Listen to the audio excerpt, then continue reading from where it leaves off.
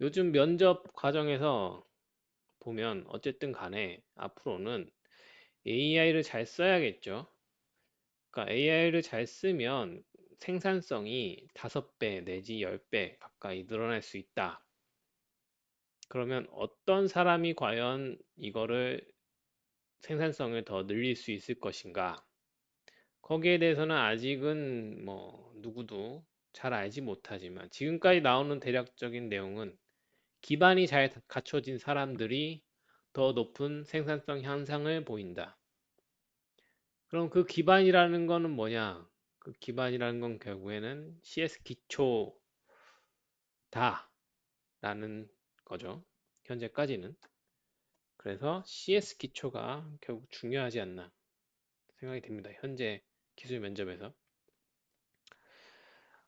지금까지 이제 AI의 이제 사례들을 살펴보면, 음, 결국 기반 지식이 잘 갖춰져 있는 사람, 경험이 많고 아키텍처적인 어, 설계 마인드가 기반이 잘 갖춰진 사람들이 같은 AI를 써도 더 높은 성과를 보인다. 라는 게 이제 공통된 의견이고, 그러기 때문에 CS 기초 기반이 잘 갖춰진 사람. 그렇다고 해서 뭐 주니어 엔지니어가 어느 날 갑자기 10년 차 이상의 시니어 엔지니어만큼의 기반을 닦을 수 있을 것이냐, 하루아침에. 그건 아니라는 거죠. 하지, 그렇다고 해서 뭐 그럼 주니어 엔지니어는 뭐 이제 끝난 건가 하면 또 그것도 아니라는 거죠. 자리는 분명히 존재하고, 그리고 경기가 조금씩 회복하는 경향이 있기 때문에 올해 또 채용이 또 좀 열릴 것 같고, 저희 회사도 실제로 많이 뽑고 있거든요. 채용이 아예 없는 건 아니에요. 근데 그런 상황에서 어떻게 할 것인가 하는 의문이 되는 거죠. 어쨌든 간에 위기를 어떻게 보면은 기회라고 생각하시면 좋을 것 같아요. 우리가 제가 어렸을 때도 그렇지만 저 어렸을 때 IMF가 왔었잖아요. 근데 그게 뭐 세상의 끝은 아니잖아요. IMF 와도 돈 벌 사람은 다 돈 벌었고 그때 돈 많이 번 사람도 많고 그리고 나서 이제 닷컴 버블이 왔거든요. IT 버블. 그래가지고 이제 하루아침에 떼돈 번 사람도 많이 생겼고 그러다 또 이제 닷컴 버블이 터져가지고 IT 침체기가 또 왔어요. 그리고 컴공가가 이제 닷컴 버블이 때 한참 인기 끌다가 버블이 터지고 나서 이제 컴공이 또 싹 내려갔죠. 그러다가 이제 스마트폰이 나오고 나서 다시 또 이제 컴공이 이제 쫙 올라갔죠. 직업이 새로운 일자리가 막 생기면서 그래고 컴공이 쫙 올라가다가 불과 3, 4년 전까지만 해도 컴공 취업 잘 된다고 사람들 다 코딩 배우고 막 코딩 학원들 막 우후죽순 생기고 그랬는데 지금 와서 어떻게 돼요? 지금 와서 뭐 컴공과 나와가지고 취업이 안 된다. 주니어 일자리가 다 없었다. 뭐 이러고 있잖아요. 그러니까 이게 어떤 변화의 흐름인 거지. 그게 뭐 그렇다고 세상이 끝나고 뭐 이런 건 아니라는 거죠. 그 위기 속에서도 항상 새로운 기회가 있었기 때문에 이 위기를 기회 삼아서 발판 삼아 나아갔으면 하는 마음이 듭니다. 그래서 저가 하는 강의가 조금이나마 도움이 됐으면 하는 생각으로 강의를 시작해 보겠습니다. 오늘은 저기 병렬 프로그래밍, 패러럴 프로그래밍. 이거 굉장히 중요한 문제고요. 예전에 많이 물어봤죠. 이제 면접에서. 근데 요즘에는 사실 예전만큼 하드하게 중요하게 생각하지는 않는 것 같아요. 그래도 뭐 특정 분야에서는 여전히 중요한 개념입니다. 특히 제가 게임 서버를 만들다 보니까 게임 서버에서는 굉장히 중요한 문제예요. 패러럴 프로그래밍을 어떻게 잘 할 것이냐. 그거에 대해서 살펴보도록 하겠습니다. 자, 병렬 프로그램 왜 해야 되는가? 병렬 프로그램 왜 해야 되는가? 한마디로 말해서 부하 분산이다. 그러니까 부하를 분산시키기 위해서다. 어떤 로드를 밸런싱 하겠다. 노드를 분산시켜서 부하를 분산시켜서 더 빠르게 처리하겠다. 이거는 뭐 병렬 프로그램에서 나온 개념이지만 사실은 분산 시스템에서도 똑같은 말이죠. 부하를 분산하겠다. 노드 밸런싱 하겠다. 똑같은 개념이에요.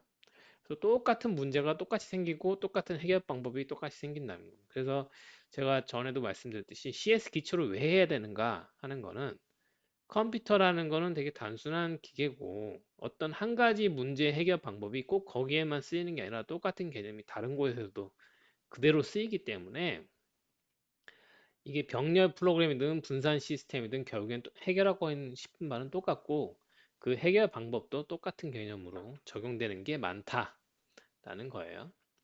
그럼 왜 부하를 분산해야 되는가라는 걸 보면 우리가 예전에 이제 얘기했던 건 무어의 법칙이라는 게 있었어요. 옛날에. 이게 뭐냐면 인텔의 뭐 부사장인가 그래요. 이 무어라는 사람이 정확하진 않은데 뭐 인텔의 무슨 뭐 사장인가 부사장인가 뭐 그랬던 것 같아. 이 사람이 뭐라고 그랬냐면은 CPU의 성능은 1년에 매년 2배씩 증가한다라는 게 무어의 법칙이에요. 그러니까 올해 2배 증가되면 내년에도 2배 증가되죠. 그러면 올해에 비하면 2년 뒤는 4배가 증가되고요.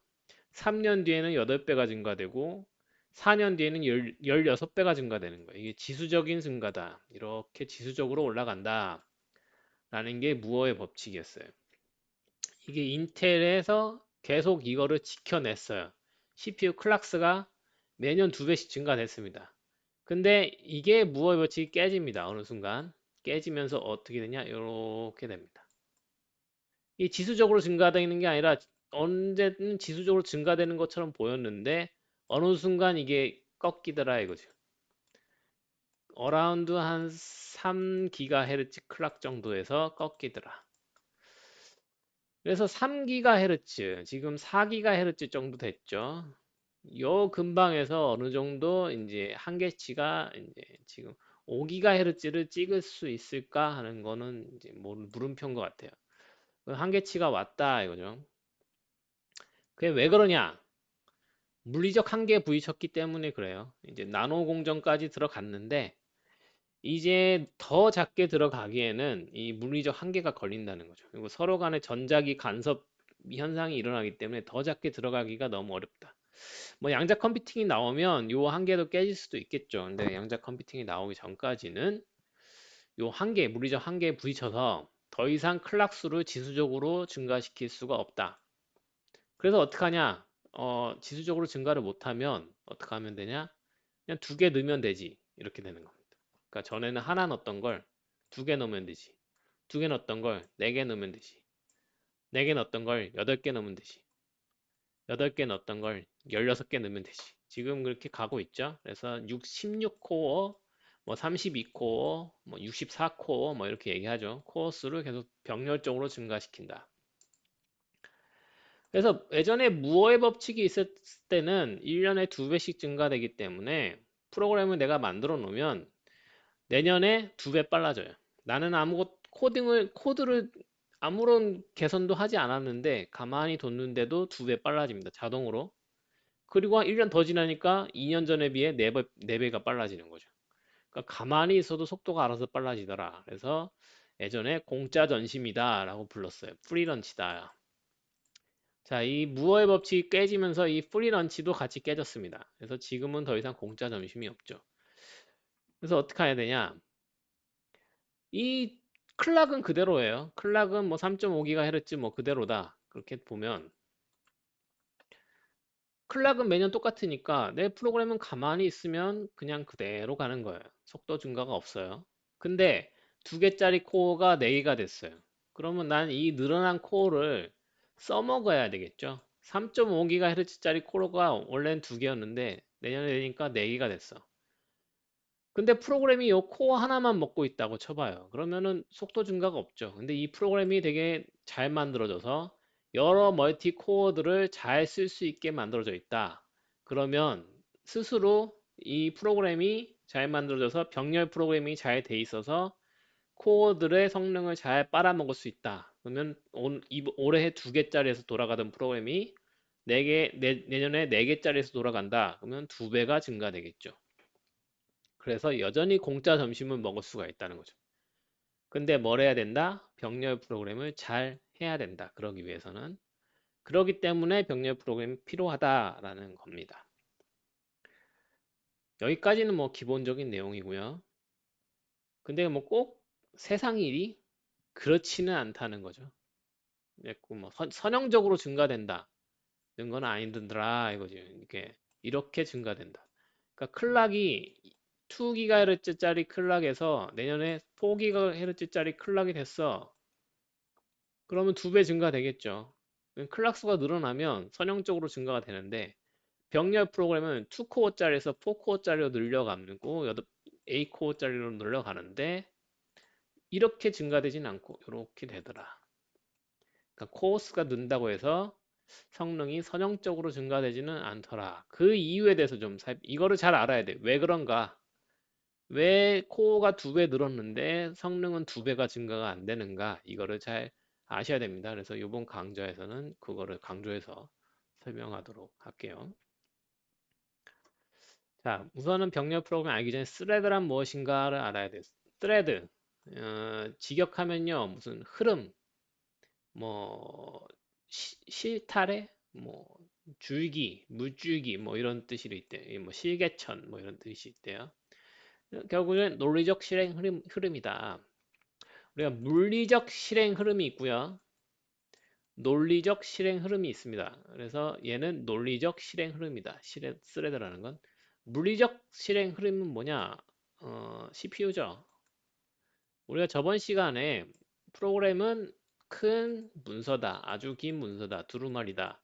그래서 IP 포인트, 인스트럭션 포인트가 있어가지고 얘가 가리키는 명령부터 한 줄씩 한 줄씩 한 줄씩 한 줄씩 실행한다.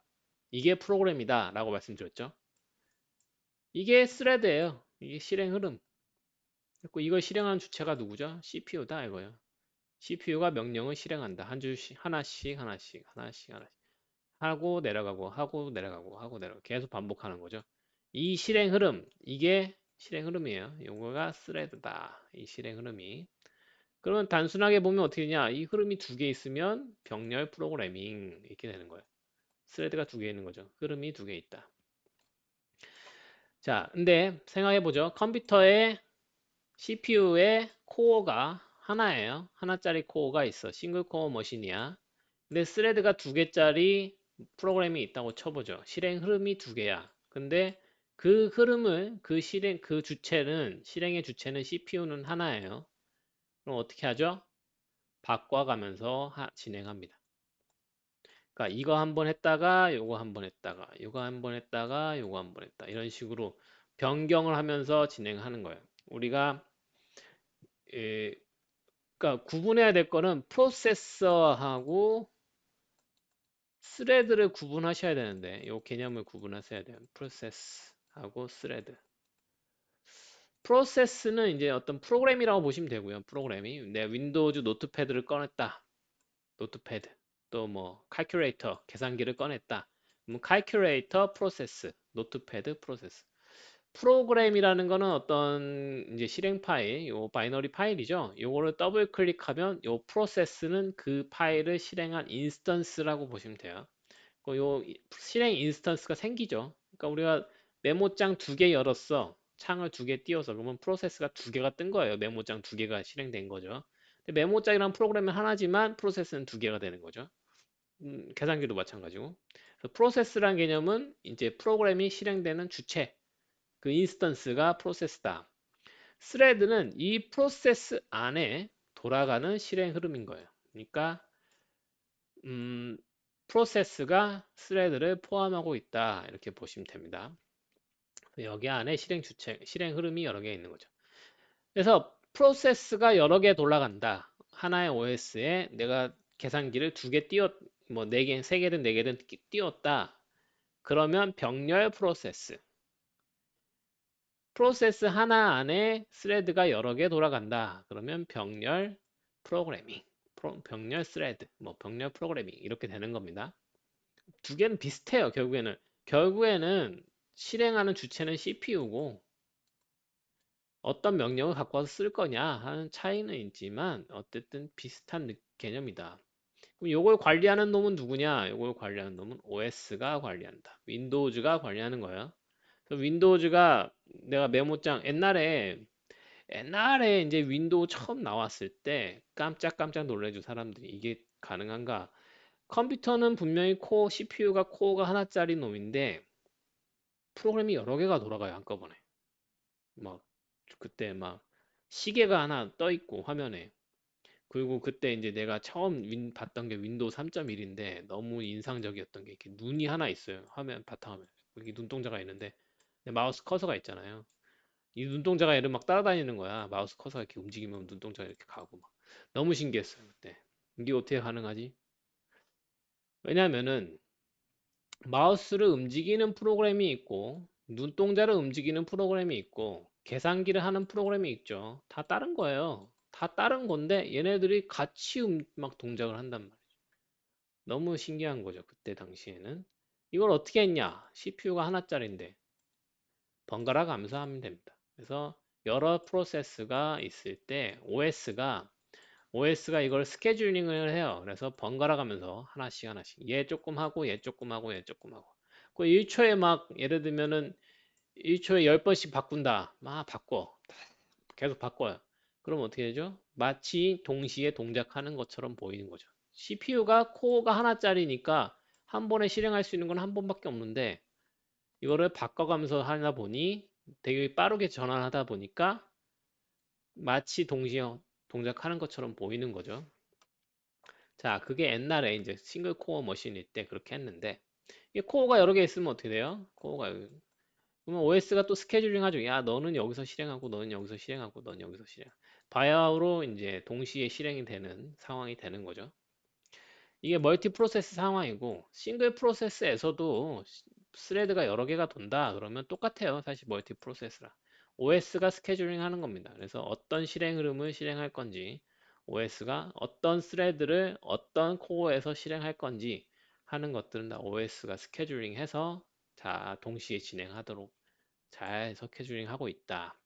그래서 스케줄링 하는 방법도 이제 OS를 공부하시면 더 깊게 배울 수 있는데 면접에서는 여기까지는 잘 물어보진 않겠죠. 근데 알고 계시면 뭐 좋을 수도 있어요. 기본적으로는 라운드 로빈, 그러니까 돌아가면서 하는데 이제 좀 굶어 죽는 애들이 있으면 안 돼. 하다 보면 좀 굶는 애들이 있어요. 그러니까 실행을 많이 못 받는 애들이 있어요. 그럴 때는 조금 오래 기다린 놈이 있으면 걔 먼저 해주고 뭐 이런 식으로 합니다. 그리고 스레드마다 이제 프로세스마다 우선순위로 또 줄 수가 있어가지고 우선순위 높은 애를 먼저 해주고 뭐 이렇게 합니다. 그래서 OS가 스케줄링을 잘 해준다. 자, 스레드 컨텍스트, 이제 스레드마다 컨텍스트가 우리말로 하면 뭐 문맥 이렇게 해석이 되는데, 문맥 그러면 뭔 말인지 잘 모르니까. 이건 저는 명세 뭐 이렇게 해석하기도 하는데, 어떤, 디테일? 뭐, 내부 정보? 뭐 이런 느낌이에요. 그래서 스레드 컨텍스트, 스레드마다 정보를 가지고 있다. 그래서 스레드 컨텍스트는 뭐 레지스터, 프로그래밍 카운트, 프로그램 카운터는 이제 인스트럭션 포인트, 그러니까 저번에 말했던 IB 포인트, 내가 실행 흐름에서 어디 부분을 해야 될지, 뭐 스택 등이 이제 있어요. 이게 이제 스레드 컨텍스트라고 합니다. 그래서 싱글 스레드 프로세스는 말 그대로 하나의 프로세스 안에 스레드가 하나니까 스레드 실행 흐름이 하나가 있고 이 하나니까 컨텍스트도 하나가 있는 거죠. 멀티 스레드 프로그램에 만약에 스레드가 3개가 돌아간다 그러면은 이렇게 스레드가 3개가 돌고 그러니까 실행 흐름이 3개다. 그리고 컨텍스트도 각 스레드마다 하나씩 붙어가지고 3개가 있다. 이렇게 되는 겁니다. 요거 잘 아셔야 돼요. 스레드 컨텍스트. 스레드 컨텍스트의 문제가 뭐냐? 스레드 컨텍스트 스위칭. 컨텍스트 스위칭이 문제예요. 컨텍스트 스위칭이 왜 일어나냐 보면 아까 말씀드렸죠. OS가 스케줄을 한다고. OS가 코어가 여러 개인데 코어가 만약에 3개가 있어. CPU 코어가 3개가 있는데 스레드가 100개야. 스레드는 굉장히 많을 수 있거든요. 스레드가 100개야. 그러면은 결국에는 이 스레드 100개 중에 동시에 동작할 수 있는 건 3개밖에 안 되거든요. 그럼 어떻게 하냐? OS가 다 스케줄링 해갖고 얘 스레드마다 번갈아 가면서 이제 코어를 바꿔가면서 실행을 해야겠죠? 그러면 내가 실행되는 스레드가 바뀔 때 이 컨텍스트도 바꿔줘야 돼요. 거기에 맞춰서. 그러니까 스레드를 바꾼다 의미는 컨텍스트를 바꾸는다는 거랑 똑같아요. 똑같아요. 프로그램 포인터가 프로그램 카운터가 바뀐다 그러면 여기에 가리키고 있다가 여기에 가리켰다. 이게 바뀌는 거잖아요. 그러니까 컨텍스트 스위칭을 해줘야 스레드가 바뀌는 거죠. 그래서 컨텍스트 스위칭이 일어난다. 스레드가 많으면. 예를 들면 코어가 3개인데 스레드가 3개다. 그러면 컨텍스트 스위칭이 거의 없겠죠. 근데 뭐 OS 안에서 스케줄링 하는 거라 OS 내부에서 쓰는 프로그램도 많기 때문에 이렇게 될 수는 없지만 어쨌든 스레드 수가 적으면 이렇게 하나씩 하나씩 물고 있으면 서로 스위칭 할 필요도 없겠죠. 근데 코어 개수보다 많아지면 스레드가 결국에는 스레드를 변경하면서 실행해야 되기 때문에 그때마다 컨텍스트 스위칭이 일어난다. 컨텍스트 스위칭이 일어나면 이걸 바꿔줘야 되기 때문에 성능 로스가 생긴다 라는 거예요. 그래서 컨텍스트 스위칭을 어떻게 하면 덜 일어나게 할 것인가 하는 것도 병렬 프로그램에서 되게 중요합니다. 그래서 정리를 조금 해보면요. 장점은 이제 분산 처리가 된다는 거예요. 병렬 프로그램이 되기 때문에 스레드를 나눠가지고 각각 스레드마다 하는 일을 분산시켜가지고 분산 처리할 수 있는데 문제는 첫 번째 두 가지 문제가 있는데 컨텍스트 스위칭 코스트가 생긴다. 그래서 컨텍스트 스위칭 코스트가 생겨가지고 이제 스레드 개수가 막 늘어나면 원래는 이렇게 지수적으로 증가돼야 되는 선형적으로 증가돼야 되는데 이렇게 되더라는 거예요. 컨텍스트 스위칭 비용이 많이 발생해가지고 이게 효율이 떨어진다. 그래서 스레드 적정한 코어 개수와 적정한 스레드 개수의 비율을 잘 해야 된다.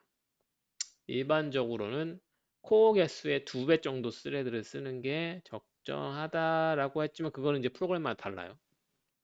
그래서 뭐 코어가 16개다 그러면 스레드 32개 뭐 이런 식으로 티피컬리하게 프랙티컬하게 그렇게 쓰는데 그거는 이제 프로그램마다 다르죠. 두 번째 문제는 이제 공유지의 비극이 있다. 이 스레드는 동시에 돌아가는 놈이죠. 동시에 돌아가다 보니 동시에 접근하는 자원, 리소스, 메모리에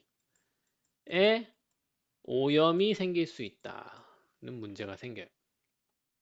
자, 우리 흔한 예로 은행에서 현금을 입금하고 인출하겠다. 내가 어떤 어카운트에 1,000원을 입금하고 마이너스 1,000원을 했어요. 요게 하나의 펑션이야.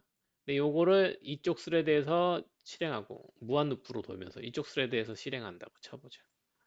그러면 하나의 펑션 안에서 선형적으로 플러스 1000, 마이너스 1000 하니까 잔고는 제로겠죠. 이거를 그냥 계속 반복하는 거예요. 다른 두 스레드에서. 계속 하다 보면 값이 막 이상하게 됩니다. 마이너스 막 2000이 됐다가 마이너스 3000이 됐다가 막 갑자기 플러스 3000이 됐다가 막 이렇게 되는 거야. 이게 왜 그런지는 좀 깊게 들어가야 돼. 이것도 되게 깊은 얘기예요. 이 캐시까지 들어가야 되거든요. 그 캐시 라인도 이제 L1, L2, 뭐 L3 뭐 이렇게 있는데 이렇게까지 깊게 볼 필요 없고 어쨌든 간에 맨 마지막에는 가장 용량이 큰데 얘는 공유 캐시예요. 그래서 CPU마다 이제 공유를 하는 거고 이제 가까이 있는 캐시는 용량이 작은 대신에 그 CPU에 이제 그 전용 캐시예요. 그래서 그 CPU에 전용으로 쓰고 있는 거고. 그래서 여기에 이제 캐시에 먼저 이렇게 올라가서 이렇게 하나씩 하나씩 올라가는데 단계가 깊이 가면서 여기는 공유되다 보니까 어떤 스레드에서 억세스, 리딩을 하고 어떤 스레드에서 라이팅을 하는데 이 시간차가 발생해 버리면 서로 잘못된 값을 들고 있을 수가 있어요. 그래서 그러니까 뭐 쉬운 예로 들면 칠판이 있고 학생이 여러 명이 이렇게 있을 때 야 가서 나가서 그림이나 그려라 그러면 애들이 막 가서 달라붙어서 막 그림을 그리다 보면 남이 그린 그림도 막 내가 지우고 막 다시 그릴 수 있고 막 내가 그린 것도 막 망칠 수도 있고 막 이렇게 될 수 있잖아요. 그 인터넷에 그림 그리는 툴 있잖아요. 여러 명이 같이 그린 거기 보면 막 내가 그리고 있는데 누가 와서 지워버리고 막 이런 일이 발생하잖아요. 그러니까 서로 자원을 공유하다 보니까 이 칠판이라는 자원을 공유하다 보니까 이 오염이 발생하는 거죠. 스레드 간에 서로. 그래서 어떻게 해야 돼? 순서를 정해줘야 돼요. 순서가 있어요. 차례가 있어요. 질서라는 게 생겨야 돼요. 질서라는 게. 질서가 없으면 마구잡이가 될 수 있다는 거죠. 질서를 상겨야 된다. 그럼 여기서 만약에 이 칠판 상황에서 질서를 어떻게 세울 거냐? 방법은 여러 개가 있죠. 첫 번째 방법. 앞에다 깃발 하나 딱 갖다 놔. 어떤 놈이든 먼저 이 깃발을 짚는 애가 칠판에 그림을 그린다. 그러면 여기 막 한 대여섯 명이 서 있어. 뭐 준비 딱 출발해갖고 먼저 짚는 놈이 깃발 내가 집었어. 그리고 걔가 먼저 그림을 쫙 그려요. 멋지게 그림을 그리고 다 그리면 깃발 딱 갖다 놓죠. 깃발 다시 갖다 놓으면 딴 놈이 또 와서 먼저 채간 놈이 또 그림을 그리고 이런 식으로 하면 그 순간 깃발을 들고 있는 그 순간에는 나만 접근할 수 있기 때문에 이 자원이 오염되지가 않죠. 걔가 이제 그림을 그리는 거니까 이런 방식이 있어요. 적금 제한하는 방식이 있다. 두 번째 방식은 자원을 리소스를 나누면 되겠죠? 그래가지고 이렇게 있으면 야 너는 여기서 여기까지 너는 여기서 여기까지 너는 여기서 여기까지 이렇게 하면은 서로 여기 안에서만 이렇게 하면 되니까 서로 간섭할 일이 없겠죠? 그러니까 자원을 나눠 가지고 범위를 정하거나 아니면 가운데 깃발을 두고 먼저 짚는 사람이 먼저 이 접근권한을 찾거나 이런 짓을 해야 된다. 그 이유는 공유지에 비극이 발생하기 때문에 동시에 동작하다 보면 그래서 이렇게 해야 돼요. 그러다 보니까 어떻게 되냐? 복잡도가 증가돼. 컴플렉시티가 증가된다. 복잡도가 증가된다. 복잡도가 증가되면 어떻게 되냐? 버그가 발생해요. 잘해. 더 많이 발생해요. 버그가 더 많이 발생하고 그리고 프로그램이 어려워지고 코딩하기가 까다로워지고 생산성이 떨어지죠. 복잡도가 올라가면 생산성이 떨어지고 그래서 이제 CS 이 코딩에서는 어떻게 보면 심플 이즈 베스트란 말이 있어요. 그래서 단순한 프로그램이 가장 좋은 프로그램이다. 복잡한 프로그램이 꼭 좋은 건 아니라는 거죠. 복잡도가 올라가면 여러 가지 문제가 발생하기 때문에. 또 버그가 발생하는데 문제는 치명적인 버그도 발생을 한다. 치명적, 크리티컬한 이슈들이 발생할 수가 있다. 대표적으로 데드락이라는 놈이 있어요. 데드락. 아주 무시무시한 놈이죠. 요거에 대해서 좀 이따 설명드릴게요. 그래서 어떻게 하냐 잘 쓰지 않으면 오히려 득보다 실이 더 클 수 있다. 그래서 잘해야 돼요. 이제 병렬 프로그래밍은 잘해야 됩니다. 그래서 옛날에는 약간 이 병렬 프로그램을 할 줄 아느냐 못하느냐가 그 프로그래머의 실력을 판단하는 기준이 되기도 했죠. 그래서 이제 저같이 게임 서버를 하는 사람들은 병렬 프로그램을 잘 해야 되니까 이거 잘 하는데 이제 클라이언트 쪽 하시는 분들은 게임 플레이 쪽은 이거 잘 못하니까 그래서 온라인 프로그래머는 병렬 프로그램 잘 해야 된다. 이런 것들이 있었죠. 근데 요즘엔 조금 바뀌었어요. 그것도 설명해 드릴게요. 왜 바뀌었는지. 자, 그래서 멀티 스레드로 가는데 코어 개수와 활성 스레드 개수 비율이 중요하다는 거. 비율이 클수록 컨텍스트 스위칭 비용이 커진다. 이거 말씀드렸죠. 그래서 이렇게 지수적으로 증가되지 않고 이게 이렇게 안 좋아지더라 라는 거죠. 그래서 스레드 개수가 늘어날수록 성능 증가가 코스트 이거는 이제 컨텍스트 스위칭 코스트가 증가된다. 스레드 개수가 늘어날수록 컨텍스트 스위칭 코스트가 이렇게 증가되더라. 물론 코어 수가 많으면 초록색이 더 많죠. 제일 많은 거죠. 그러면 코스트가 낮아지죠. 낮아지는데 어쨌든 이 비율이 중요하다는 거예요. 이 비율이 코어 개수와 스레드 개수 간의 비율. 그래서 보시면은 이게 16개인데 여기 30개면은 대충 2배죠. 그래서 대충 2배로 봤을 때 그래서 코어 2배 정도로 스레드를 유지하는 게 실무적으로는 그게 한계다라는 내용이 있는데 그거는 어, 프로그램마다 달라요. 해봐야 되는 거죠. 자, 첫 번째, 뮤텍스. 뮤텍스가 아까 그거예요. 깃발, 깃발이다. 뮤텍스는 깃발이다. 우리가 뮤텍스라고 하는데, 뭐, 락이라고 말하기도 하고, 또는 크리티컬 섹션이라고 말하기도 합니다. 크리티컬 섹션. 사실 이거 이거 셋 다 다른 개념이에요. 뭐 크리티컬 섹션은 어떤 범위를 정해놓고 여기 안에는 한 놈만 들어간다 뭐 이런 얘기고, 락은 뭐 acquire 락, release 락 해가지고 락을 잡고 락을 푼다 뭐 이런 느낌이고, 뮤텍스는 그 락을 만드는 재료용. 그러니까 이 깃발이라는 깃발이 뮤텍스예요. 그래갖고 깃발은 뮤텍스인데 락을 하는 거는 이 깃발을 잡거나 놓거나 하는 거죠. 그 크리티컬 섹션은 이 락을 이용해서 특정 코드 범위 안에서는 한 놈만 이걸 한 스레드만 이 범위에 진입할 수 있다라고 만드는 게 크리티컬 섹션이에요. 그러니까 서로 다른데 비슷한 개념이다. 이렇게 보시면 됩니다. 결국에는 깃발이다. 한 놈만 접을 수 있다. 그 스레드 간 공유 자원에 대한 교통 정리가 필요하다. 그래서 락을 만들어서 교통 정리를 한다. 그러니까 깃발을 만들어서 한 놈만 딱 집을 수 있게 한다. 그래서 그 대표적인 방법이 뮤텍스다. 뮤텍스는 acquire하고 release하고 할 수 있어요.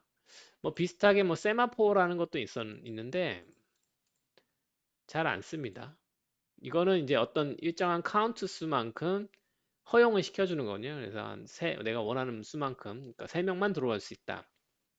5명만 들어올 수 있다. 뭐 이렇게 정하는 건데, 요거는 잘 안 쓰고 뮤텍스를 많이 씁니다. 그래서 뮤텍스는 그냥 락 잡았거나 못 잡았거나 둘 중 하나.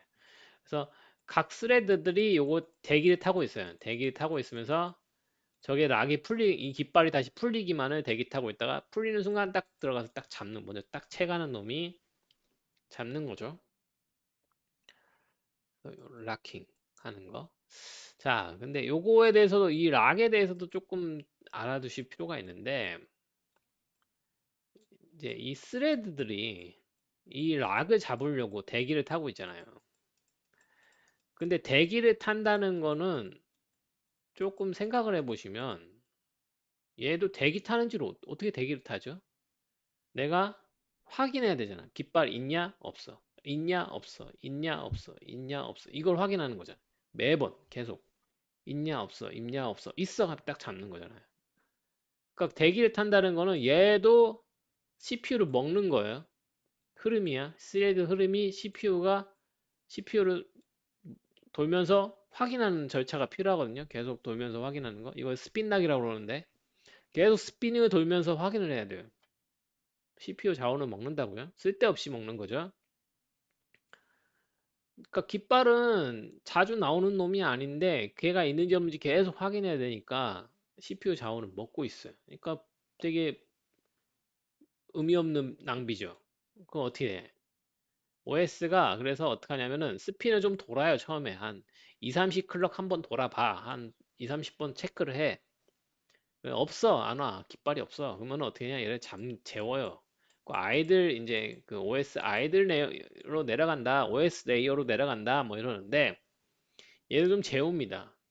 조금 재워요. 조금 재우다가 그 딱 깨워가지고 또 확인을 또 한 2, 30 클럭 돌리고 없으면 또 재워. 이런 식으로 한다는 거죠. 이거를 효율적으로 하기 위해서.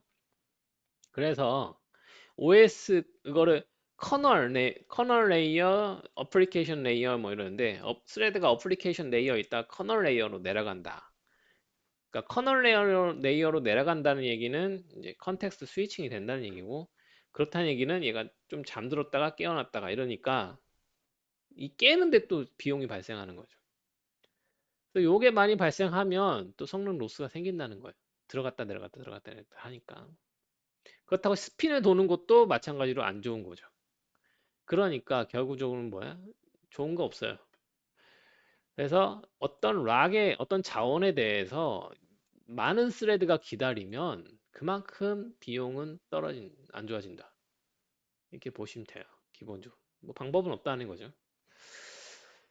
그 락킹을 최소화시키는 거. 그러니까 어떤 자원에 대해서 그 자원을 점유해서 내가 사용하는 시간을 최소화시키는 게 중요한 거예요.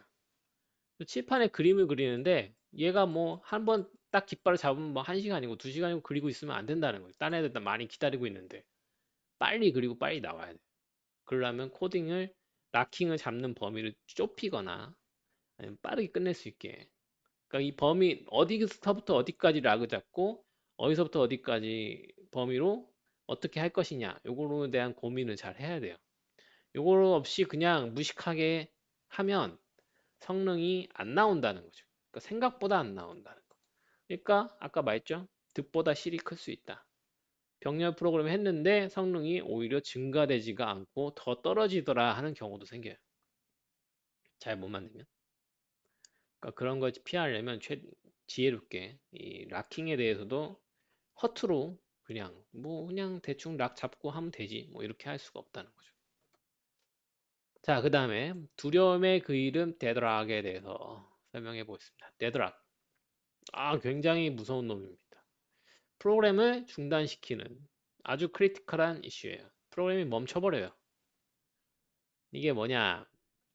철학자들의 식사라고 얘기를 하는데 이게 사람이 이렇게 한 5명 있고 가운데 포크가 이렇게 있어요. 이 철학자들은 다 철학자죠. 자신만의 소신이 있어. 자신만의 소신은 뭐냐? 나는 오른손에 포크를 짚고 먼저 오른손에 포크를 짚고 왼손에 포크를 짚고 두 손에 포크를 집어야만 밥을 먹겠다. 나는 소신을 세운 거예요. 그래서 모든 사람이 동시에 오른손에 포크를 집어. 얘도 오른쪽에, 얘도 오른쪽에, 얘도 오른쪽에, 얘도 오른쪽에 포크를 집었어. 그 다음에 왼쪽에 있는 포크를 집으려고 딱 봤더니 어떻게? 왼쪽으로 집으려고 봤더니 이미 집고 있네? 딴 놈이 이미 가져갔어요, 포크를.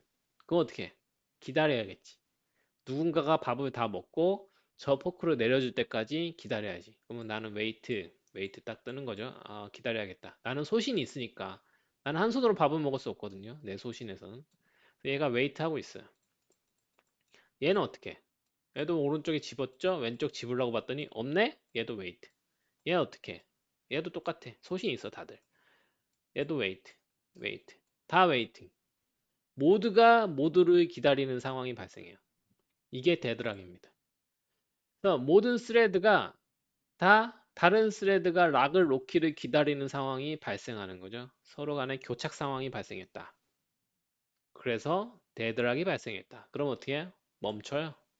영원히 멈춰요. 프로그램이 종료될 때까지 멈춰 있어요. 프로그램이 멈춰버린다.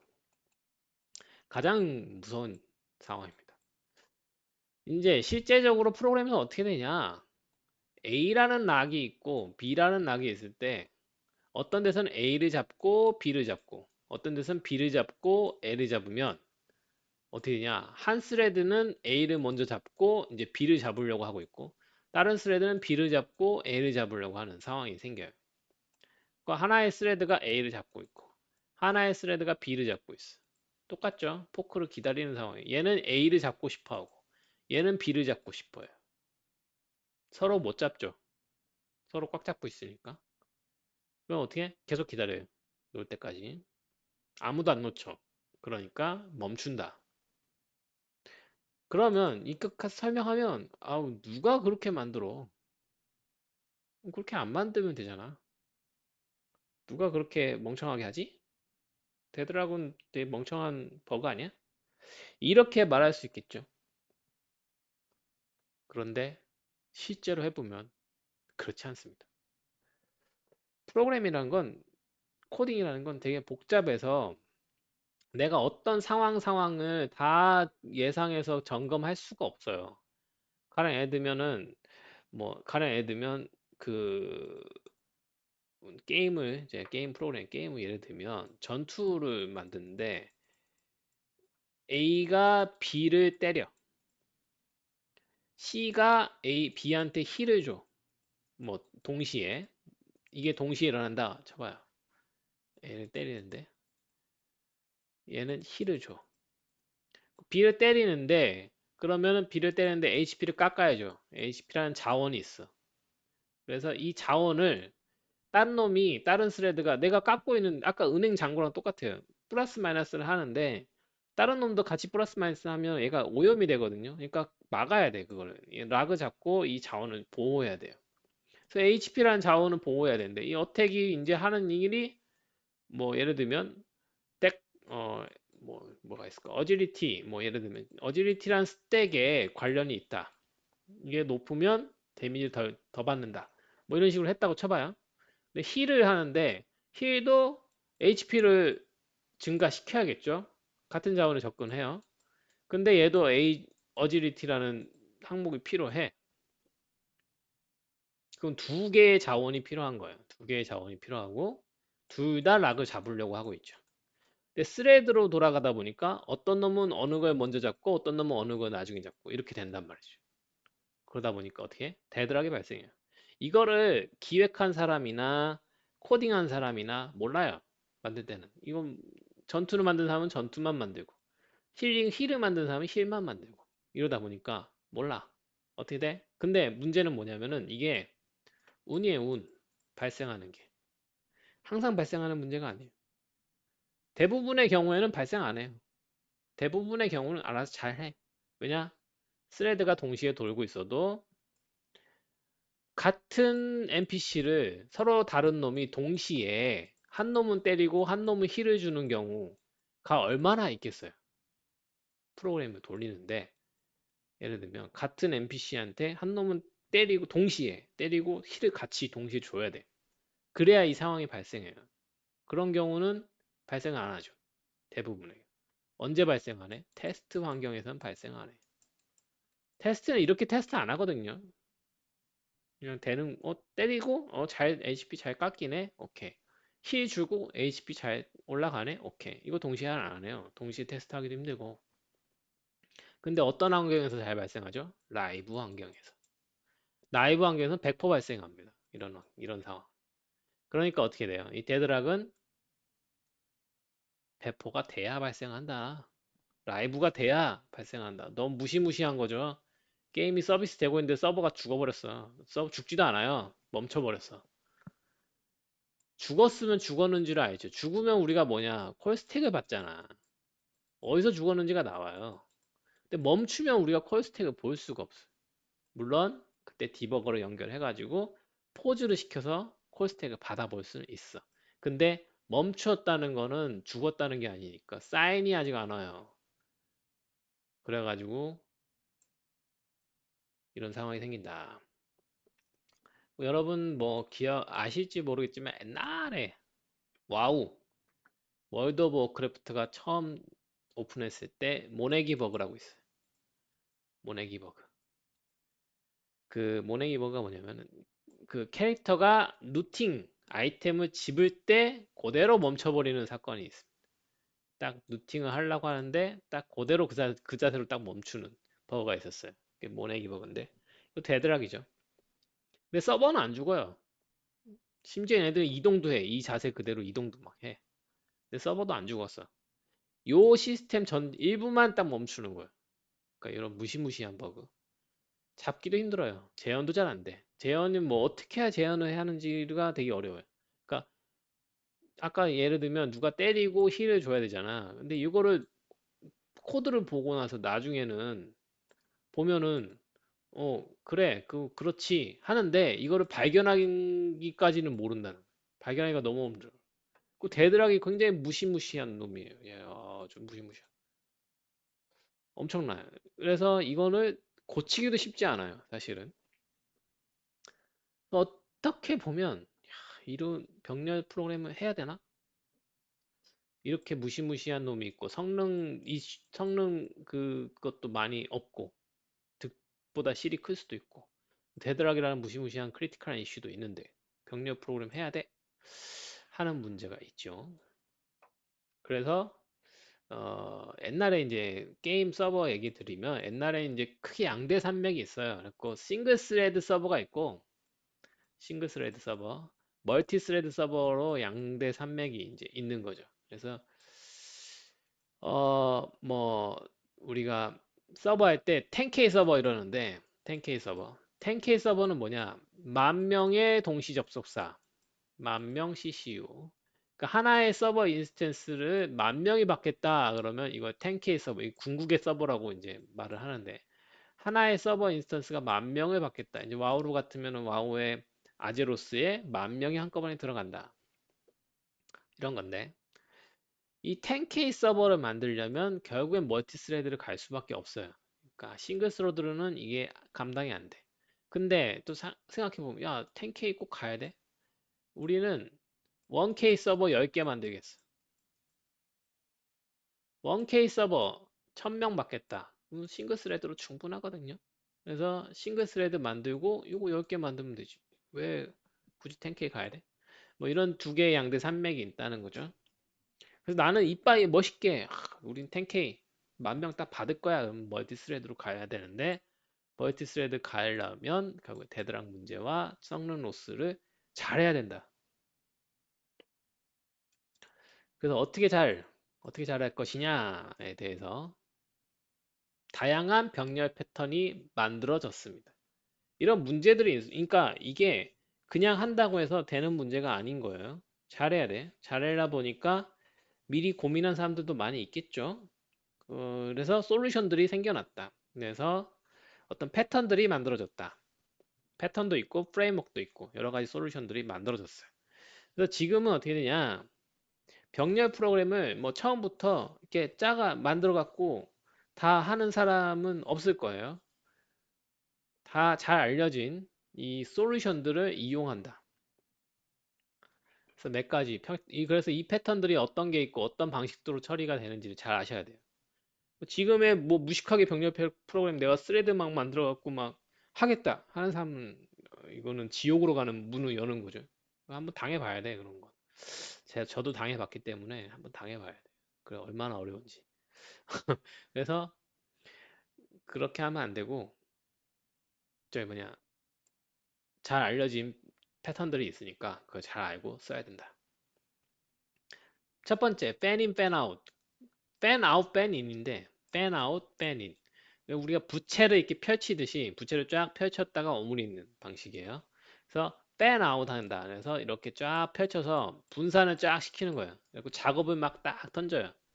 작업을 막 던지면 그거를 이제 스레드가 작업을 딱 처리하고 그 fan in 이제 한꺼번에 부채에 다시 쫙 접어서 작업이 끝내면 하나로 모아서 그 작업들을 뭉쳐가지고 합쳐서 결과를 만들어낸다. 이런 방식. 그래서 뭐 예를 들면은 뭐 소팅을 하겠다. 뭐 10기가짜리 데이터를 소팅하겠다. 그러면 10기가를 무식하게 한 번에 하는 거는 너무 느리니까 1기가씩 잘라가지고 10개로 나눠서 10개를 쫙 작업을 분산시켜서 각각 소팅하고 그걸 하나로 합치겠다. 이런 방식이 되겠죠.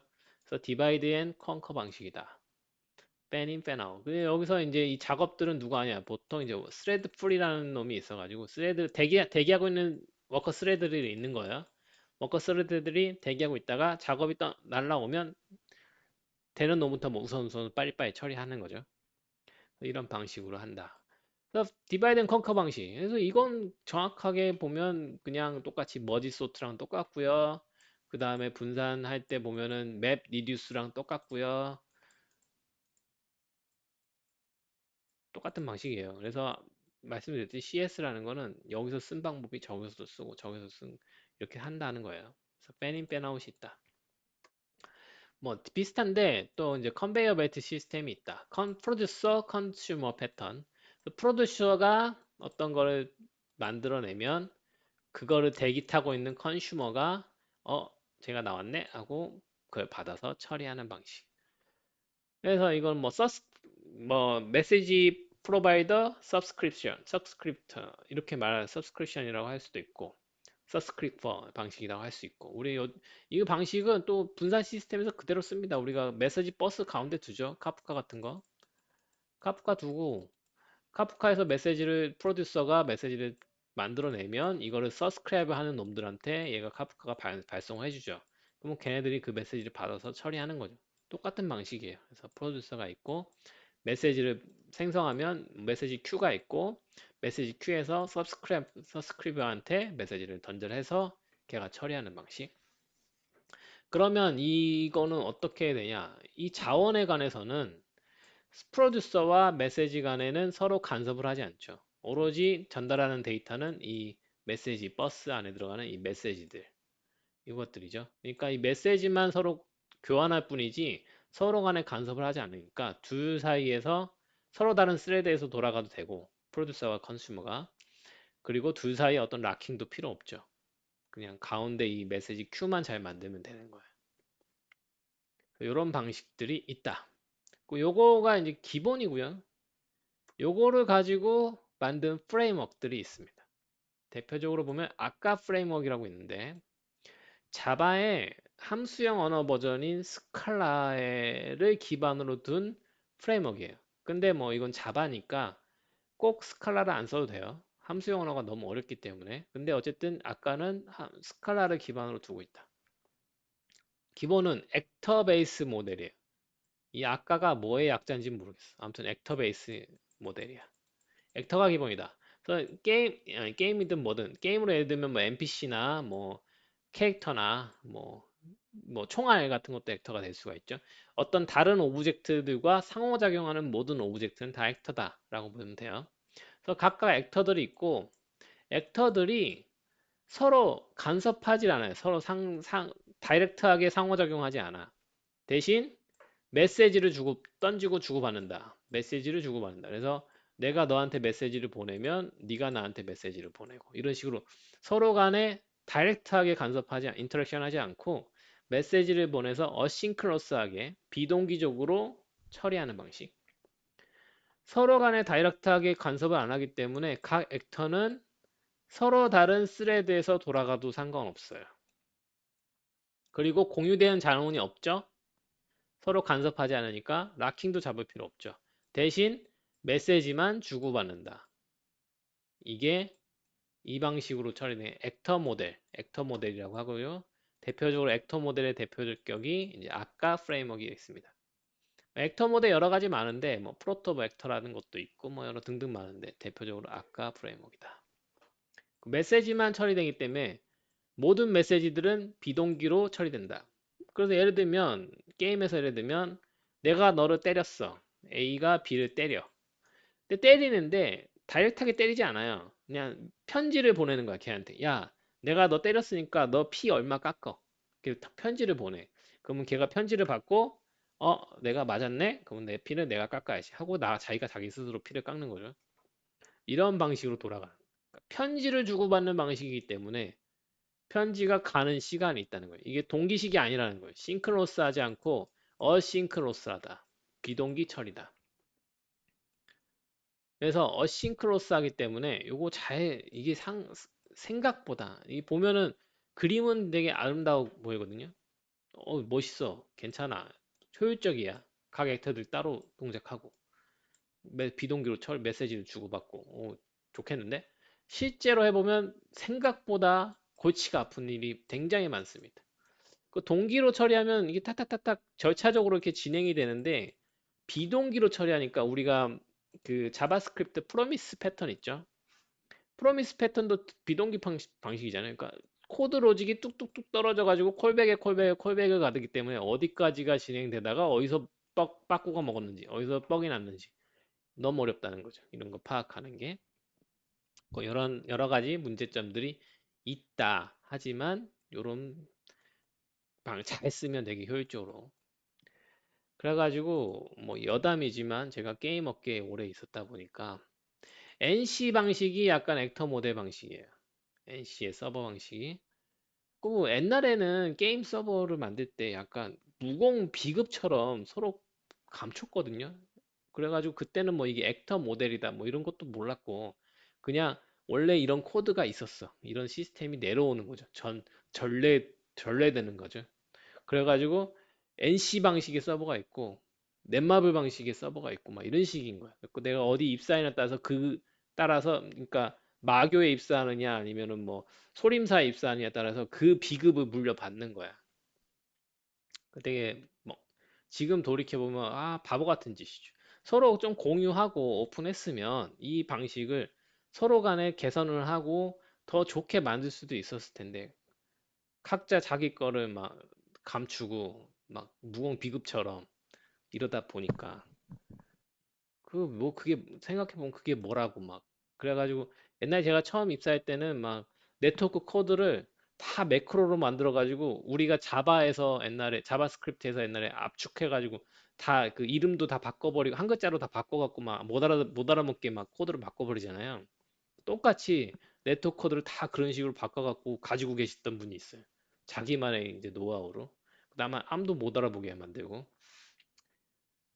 참 그렇게 생각해 보면 뭐 그렇죠. 뭐. 그리고 홀펀칭 뭐 이런 것도 뭐 자기만의 소스 코드가 있어갖고 그거 뭐 아무한테도 안 알려주고 막 이랬던 시절이 있었습니다. 어쨌든 별거 아닌데 생각해 보면 그거를 공유를 안 했다. 그래갖고 우리도 생각해보면 게임 서버에서 NC 소프트에서 게임 서버를 만들 때 이런 방식이 있었으니까 옛날부터 썼거든요. 그때는 제가 아까가 뭔지도 모르는 상태 썼을 때도 썼으니까 나중에 보니까 이게 이거 똑같은 거예요. 그래갖고 이런 게 있구나 하는 거를 그때 다 미리 썼으니까 그러니까 어떻게 보면 더 빨리 썼다는 거죠. 이 아까 모델이 만들어지기 전부터 이런 방식을 썼으니까 그 되게 시대를 앞서간 건데 그게 그 회사에 머물러 있다 보니까 아무도 모르는 거죠. 근데 아까는 되게 유명한 프레임워크니까 뭔가 아쉽다. 뭐 그런 느낌이죠. 자, 그 다음에 Entity Component System, ECS 시스템이라고 이것도 게임에서 사용되는 건데 아까는 이제 게임에서 쓰는 건 아니고요. 이제 뭐 많이 쓰이는 거 ECS 시스템이 게임에서 쓰는 건데 이것도 비슷하게 이제 분산을 하는 건데 어, 좀 다른 방식으로 분산을 해요. 얘는 약간 안티 OOP예요. 아까는 OOP 방식으로, 그러니까 액터가 기본이거든요. 액터가, 오브젝트가 기본이다. 어떻게 보면 오브젝트가 기본이다. 우리가 오브젝트라고 하는 거는 코드와 데이터가 플러스되어 있는 거죠. 그러니까 기능과 데이터가 있는 건데, 이 ECS는 데이터와 기능을 분리시켰어요. 그 기능은 시스템이고 데이터는 컴포넌트라는 거죠. 우리가 데이터베이스에서 보면은 데이터베이스에 로우가 이렇게 있잖아요. 아이고. 슬라이드. 데이터베이스에 아이고, 조금 시간이 조금 길어지는데 어쨌든 데이터베이스가 이렇게 있으면 이렇게 있죠. 여기 컬럼이 있죠. 여기 뭐 ID 1번, 네임, 뭐 이름, 나이, 뭐 등등등등 이렇게 있죠. 이렇게 있으면 이게 하나의 로우는 하나의 엔티티거든요. 그러니까 이게 하나의 오브젝트다. 그러니까 한 사람을 나타내는 거죠. 어떤 우리가 출석부다 그러면 출석부의 하나의 로우는 하나의 학생을 나타내는 거잖아요. 그러니까 하나의 로우는 하나의 오브젝트예요. 하나의 오브젝트죠. 하나의 엔티티. 그리고 이 새로 이 컬럼은 프로퍼티죠. 프로퍼티. 속성이다. 그 오브젝트의 속성이다. 그래서 데이터베이스 형태로 테이블 형태로 보면 하나의 로우는 엔티티고 컬럼은 프로퍼티다. 이렇게 볼 수 있죠. 그러면 어떤 시스템에, 그러니까 어떤 기능에 따라 보면 그 어떤 기능은 이 모든 프로퍼티가 다 필요한 경우는 별로 없거든요. 그러니까 예를 들어서 보면 게임으로 얘기 듣면 컴뱃이다. 우리가 전투 모듈이다. 그러면 컴뱃 시스템이다. 그러면 이 컴뱃 시스템이 필요한 프로퍼티들이 몇 개가 있을 거예요. 뭐 HP라든가 뭐 어택이라든가 공격력이라든가 방어력이라든가 디파인, 딥데프, 디펜스, 방어력이라든가 뭐 이런 속성들이 필요할 거예요. 근데 한쪽에서는 뭐 스토어 시스템이 있다. 상점 시스템이야. 그러면 얘는 HP나 이런 건 필요 없을 수 있죠. 걔는 요만큼 이런 프로퍼티가 필요하고 서로 겹치지 않을 수 있단 말이죠. 서로 겹치지 않으면 이 두 시스템은 따로 돌아도 돼요. 겹치지 않으니까. 그죠? 서로 간섭할 일이 없잖아요. 같은 엔티티를 다루고 있더라도, 그러니까 아까 같은 상황에서 한 놈이 때리고 한 놈은 상점에서 물건 사고 있는데 물건 사는 놈을 때린다고 쳐봐요, 동시에. 그랬을 때 물건 사는 시스템하고 때리는 시스템하고는 서로 간섭이 일어나지 않으니까 따로 돌아도 된다. 그죠?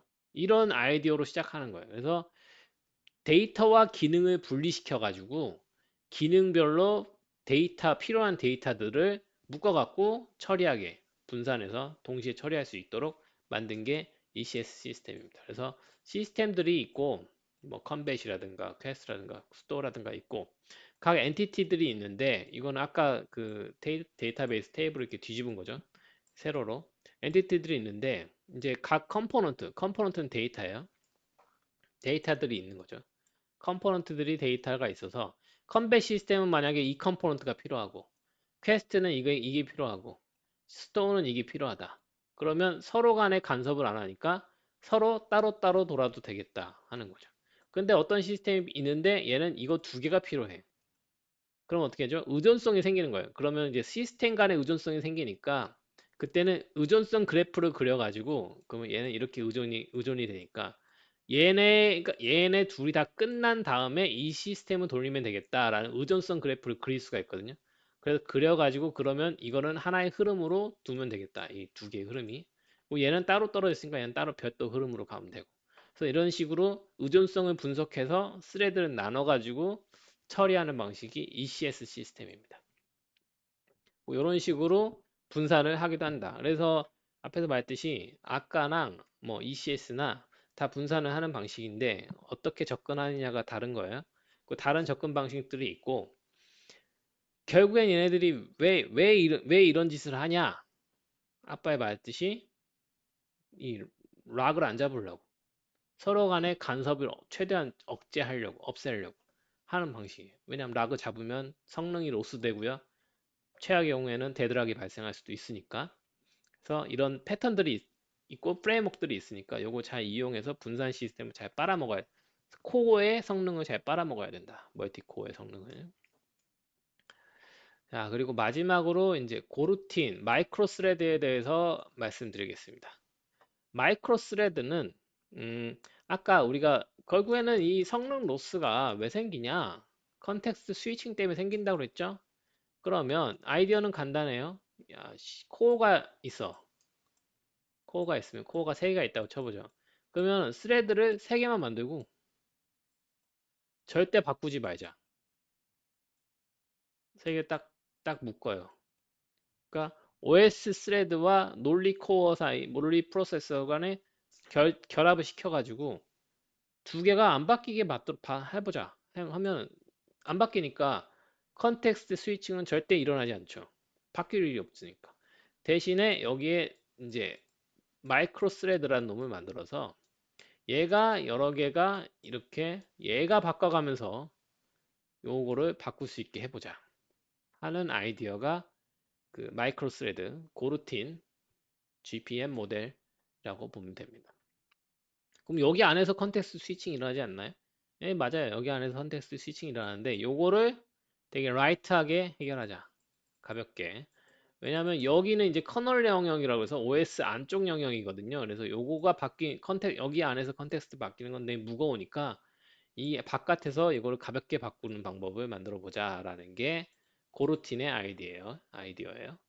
그래서 이제 스레드가 있고 CPU가 있고 물리적 코어죠. 물리적 코어가 있고 여기에 그 물리적 OS 그러니까 OS 스레드가 있는 거죠. OS 스레드, OS에서 관련 안에 이제 프로세서 이제 이거는 뭐 꼭 이 코어 개수랑 똑같이 맞출 필요는 없는데 이건 설정에 따라 틀려요. 근데 기본 설정은 똑같이 맞춰서 이렇게 코어 개수 만들고 여기에 라이트한 고루튼들을 넣어가지고 얘네들 바꿔가면서 실행해보자 하는 게 그 고루틴의 아이디어입니다. 그래서 되게 성능이 잘 나오고요. 컨텍스트 스위칭이 없기 때문에 잘 나오고 성능이 되게 빠르다.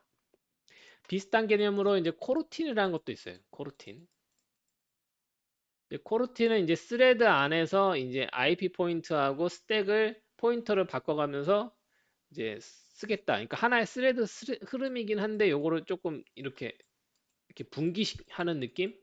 이런 느낌으로 처리하는 게 이제 코루틴입니다. 조금 다른데 이제 비슷한 느낌이에요. 코루틴은 이제 스레드에서 이제 이렇게 흐름을 바꾸는 거기 때문에 흐름은 하나예요. 흐름은 하나인데 여기 이제 대기 타는 놈이 있는 거죠. 우리가 그러니까 뭐냐면 파일을 쓴다, 파일을 읽는다, 뭐 네트워크에 전송을 한다 이런 거는 대기 시간이 필요하거든요. 요런 대기 시간에 다른 흐름으로 재빨리 변경해서 처리하고 대기 시간이 끝나면 다시 돌아오겠다. 뭐 이런 아이디어가 이제 코루틴 아이디어죠. 이제 고루틴하고 좀 비슷한데 뭐 발음도 비슷하고 근데 조금 다른 느낌. 그 여담이지만 옛날에 제가 넥슨에서 일할 때는 이 코루틴을 거기서 이제 직접 만들어서 썼어요. 그랬고 이제 그 안에 레지스터를 이제 강제로 어셈블리로 바꿔갖고 막 이렇게 코루틴 느낌하게 만드는데 사실 그것도 보면 어떤 무공 비급 같은 거였죠. 그때는 그 팀에서 저장했던 그런 무공 비급. 그러니까 그것도 잘 오픈해서 썼으면 좋았지 않았을까 하는 생각을 합니다. 자, 또 하나 더 있네. 그리고 락프리큐라는 놈이 있는데 여기 락이 문제다. 우리가 계속 락이 문제다 이렇게 얘기했잖아요. 락이 성능 로스가 심하다. 데드락도 발생한다. 그래서 뭐냐? 그러면 락 프리하게 만들어 보자라는 게 락을 프리하게 하는 게 있어요. 락 프리큐라고. 기본적으로는 compare and swap 이 카스라고 하는데 이 오퍼레이션을 기반으로 하고 있습니다. 그래서 어떤 값이 있는데 만약에 내가 이 값을 변경하고 싶어요. 3이라는 값을 5로 변경하고 싶어. 어떻게 하냐면은 내가 읽었던 값, 리드를 했던 마지막 값이 3이었어. 내가 리드했던 값이 3이었어요. 근데 딱 변경하려고 할 때 이 값이 여전히 3이면 그때 변경하겠다. 라는 거예요. 그러니까 다른 스레드가 얘를 간섭을 해가지고 얘가 그러니까 왜냐면 리드하고 라이트하고 두 가지 오퍼레이션이 들어가는데 내가 리드 할 때 3을 읽었는데 라이트 할 때 봤더니 얘가 4가 됐어. 그러니까 딴 놈이 와서 건드렸다는 얘기죠. 그러면 이게 값이 바뀌었으니까 누군가 건드렸기 때문에 오염이 됐어. 그러니까 내가 건드면 안 되겠다라고 하는 거예요. 그래서 그러면 안 바꾸는 거예요. 안 바꾸고 한 번 다시 도는 거죠. 다시 돌아서 다음에는 이제 4를 읽었으니까 4를 읽었어. 그리고 다시 라이트라로 봤더니 여전히 4야. 그러면 괜찮아. 아무도 안 건드렸어. 그러면 내가 그때 딱 바꾸는 거예요. 이 compare and swap. 그러니까 내가 읽은 값과 현재 값이 여전히 똑같으면 그때 바꾸겠다. 비교하고 수합하겠다 하는 게 compare and swap인데 이 compare and swap, 이 카스 오퍼레이션을 이용해서 만든 게 락프리 큐입니다. 큐라는 거는 잘 보시면은 오퍼레이션이 양 끝단에서 발생하는 거죠. 푸시백, 팝백이니까 넣을 때는 뒤에서 발생하고요. 뺄 때는 앞에서 발생해요. 근데 스택은 맨 뒤에서 발생해요. 넣을 때 푸시백, 뺄 때 팝백이에요. 그러니까 넣고 빼고의 오퍼레이션이 똑같은 자리를 건드린다. 근데 Q는 넣고 빼고의 오퍼레이션이 서로 다른 자리를 건드려요. 그러니까 Q가 훨씬 만들기가 간단해요. 그러니까 한 놈만 넣는 놈만 건드리니까. 그러니까 여기는 넣는 놈이 막 여러 명이 같이 넣는다 해도 훨씬 심플한 거죠. 근데 여기는 넣고 빼고가 막 되니까 어떤 놈은 빼고 어떤 놈은 넣고 막 이렇게 뭐 여러 스레드가 동시에 막 하면은 더 복잡하다는. 그래서 락프리하게 큐로 많이 만듭니다. 스택을 또 불가능한 건 아닌데 훨씬 복잡해요. 그리고 성능도 안 나오고 큐로 만듭니다. 큐로 만들 때 기본 아이디어는 똑같아요. 내가 넣으려고 하는데 이 마지막 놈이 여전히 아무도 안 건드렸는지 확인하는 거예요. 내 마지막 놈을 딱 읽었어. 이게 로드가 A라는 노드가 있다고 쳐보죠. 내가 A라는 노드를 딱 봤어. 내가 넣으려고 봤더니 여전히 A면 아무도 안 건드렸으니까 그때 넣겠다. 아무도 안 건드렸으니까. 근데 넣으려고 딱 봤더니 이 값이 바뀌었어. 그러면 딴 놈이 건드렸다는 얘기죠. 그러면 딴 놈이 건드렸으니까 나는 요번에 스킵. 그 다음번에 다시 재도전. 이런 방식으로 하는 게 라프리 큐입니다. 이 말만 들으면 되게 좋아 보이거든요. 라프리 큐 멋있다. 드디어 락에서 해방되는 건가? 성능도 잘 나오고. 근데 좀 따지고 보면 얘가 인터락을 기반으로 하고 있어요. 인터락 오퍼레이션. 인터락이라는 거는 그 CPU 안쪽에서 이 아토믹 오퍼레이션이라고 해서 CPU 안쪽에서 이 오퍼레이션이 아토믹 오퍼레이션이라는 건 이제 원자단이라는 거죠. 그러니까 깨지지 않는 오퍼레이션이다. 그러니까 all or nothing이 제공되는 보장되는 오퍼레이션이거든요. 그러니까 이 오퍼레이션은 다 실행이 되거나 아니면 안 되거나 둘 중 하나만 되지 중간에 하다 마는 경우는 없다는 거죠. 그러니까 all or nothing이 제공되는 게 아토믹 오퍼레이션이다. 그래서 인터락은 아토믹 오퍼레이션이에요. 그래서 인터락으로 오퍼레이션을 하면 이 CPU 안에서 이걸 보장을 해줘요. 이 값이 정확하게 바뀌는 거를. 어떻게 보장하냐? 내가 이걸 바꾸려고 할 때 캐시를 잠궈요. 잠그고 다른 애들한테 메시지를 보내서 야, 이 캐시 비워. 이렇게 보냅니다. 그래서 얘네가 잠궜기 때문에 딴 놈이 못 건드리고 캐시를 비우는 거죠. 딴 스레드에서 이미 읽은 애가 있으면. 그러니까 이런 거를 CPU 안쪽에서 해주는 거예요. 그러니까 바깥쪽에서 하는 게 아니라. 그래서 똑같은 일을 하는데 결국은 락이에요. 락인데 그거를 CPU 안에서 하기 때문에 훨씬 효율적으로 한다라는 거예요. 바깥에서 락을 거는 것보다 뮤텍스를 걷는 것보다. 뮤텍스는 이제 소프트웨어적으로 이 일을 하는 거죠. 그런 거보다 CPU 안쪽에서 하는 거니까 훨씬 효율적으로 한다. 하지만 결국엔 뭐냐? 결국엔 락이라는 거예요. 인터락도 락이다. 그래서 이거를 되게 헤비하게 쓰면 막 스레드가 막 60개, 100개가 한꺼번에 하나의 메시지 큐에다가 다 집어넣으려고 막 하면은 거기에 병목이 생길 수밖에 없다는 거예요. 그게 어 우리가 항상 얘기하는 건데 늑대 인간을 한 방에 죽이는 은총알은 없다 이런 얘기 하잖아요. 그러니까 한 방에 해결하는 솔루션 없다 이런 얘기를 하는데 똑같다는 거예요. 그래서 그럼 락이든 뭐든 간에 이 문제를 해결하는 뭐 완벽한 솔루션이라는 건 아니라는 거죠. 락필 큐도 그러니까 락필 큐를 왜 쓰냐? 아까 시스템 할 때 메시지를 보내잖아요. 그럼 메시지 큐가 있어야 돼요. 그 메시지 큐에다가 이걸 쌓아가지고 보내는 건데 이 큐를 만들 때 이 큐는 여러 스레드에서 다 메시지 던질 수가 있으니까 결국엔 여기에 병목이 생기니까 이걸 락프리 큐로 만들어서 해결해 보려고 했는데 결국엔 여기에 많은 스레드들이 접근을 하다 보니 결국에는 병목이 되더라. 물론 뮤텍스를 쓰는 것보다 더 나을 수는 있어 성능적으로. 하지만 결국엔 병목은 되더라. 라는 거예요. 그래서 그게 이제 뭐 완벽한 솔루션이라는 건 아니다. 라는 겁니다. 자, 여기까지 하고요. 뭐 질문 있을까요?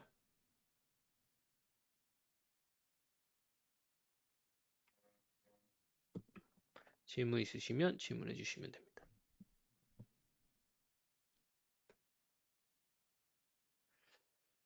네, 질문이 없으시면은 여기서 마치고요. 다음 시간에 분산 시스템을 하고 하겠습니다. 그리고 다음 시간이 이제 마지막 시간이 될 것 같아요. 네, 감사합니다.